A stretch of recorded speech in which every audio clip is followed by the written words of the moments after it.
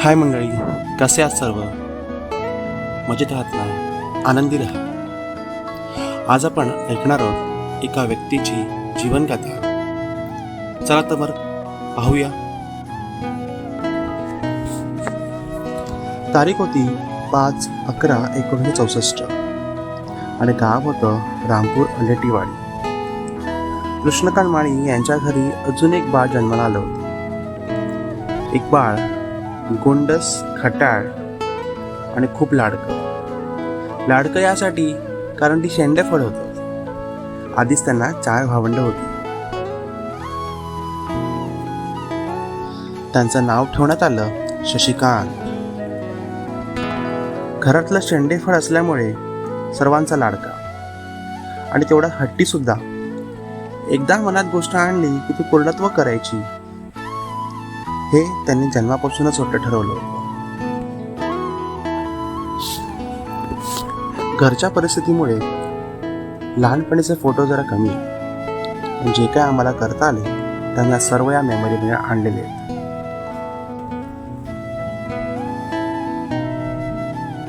मस्तीखोर, मित्रांचा मित्र, दुश्मनांचा दुश्मन आणि मित्रांसाठी वेळेला धावून जाणारा असा हा स्वभाव. दिसायला पण चिकना आणि मनाचा सुद्धा. त्यामुळे सर्व मित्रमंडळीचा सुद्धा लाडका होता. भाईगिरी, दादागिरी यात त्यांचा समोर कोणाचा नेमच नाही. पण अत्यंत दयाळू आणि मनमोकळा सुद्धा. जे मनात तेच बाहेर. त्यामुळे त्या स्वभावाचा कधी कधी त्रास सुद्धा होतो. असं हे व्यक्तिमत्व. शिक्षण झालं आणि कांदिवलीतील एका ऑइल कंपनी म्हणजे ग्रोवेल्स नावाच्या कंपनीमध्ये ते रुजू लागले.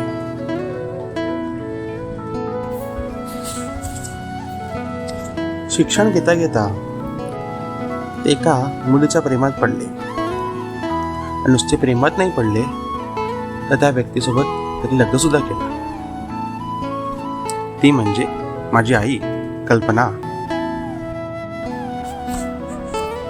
तिने सुद्धा सर्व गोष्टींमध्ये शशिकांत यांना साथ दिली. बिझनेस असो की त्यांचं समाजकारण असो, दोन्ही ठिकाणी. 1990 मध्ये त्यांचं लग्न झालं आणि 1991 मध्ये घरात पहिला पाळणा हल्ला.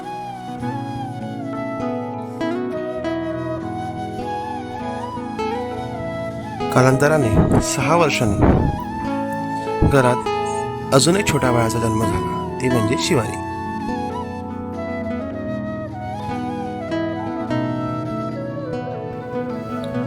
छंद म्हणाल तर त्यांना म्युझिकची भरपूर आवड होती. जे काय भेटेल ते वाजवायचे, असं आजी मला त्यांची सांगायची. म्हणून घरात इतके इन्स्ट्रुमेंट होते. ढोलक, ढोलकी, बँजो, ऑक्टोपॅड असं अनेक इन्स्ट्रुमेंट वाजवू शकत होते.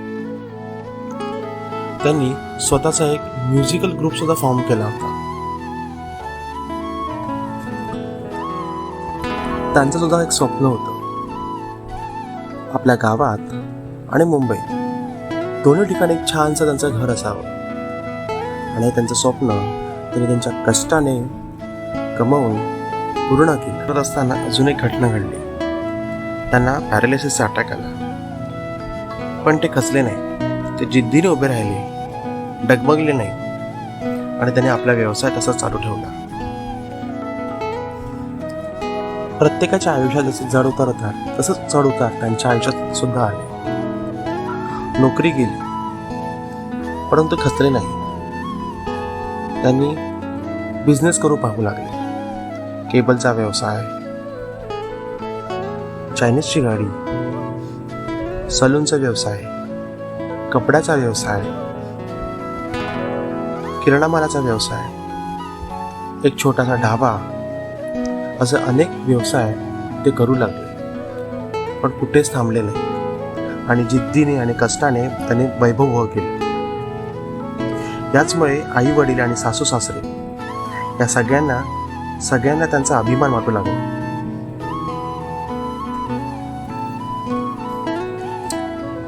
त्यांनी समाजात सुद्धा तेवढंच नाव कमावलं होतं.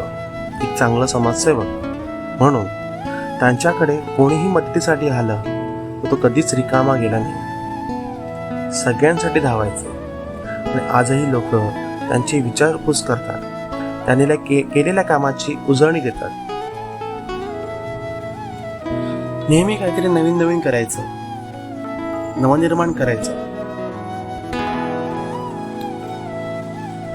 प्रत्येक वडिलांचं एक माइलस्टोन असतं, ते म्हणजे मुलांची लग्न.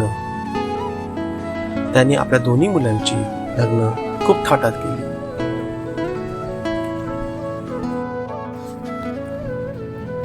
त्यांच्या पूर्ण जीवन प्रवासात एक व्यक्ती जी नेहमी त्यांच्यासोबत होती ती म्हणजे त्यांची बायको कल्पना.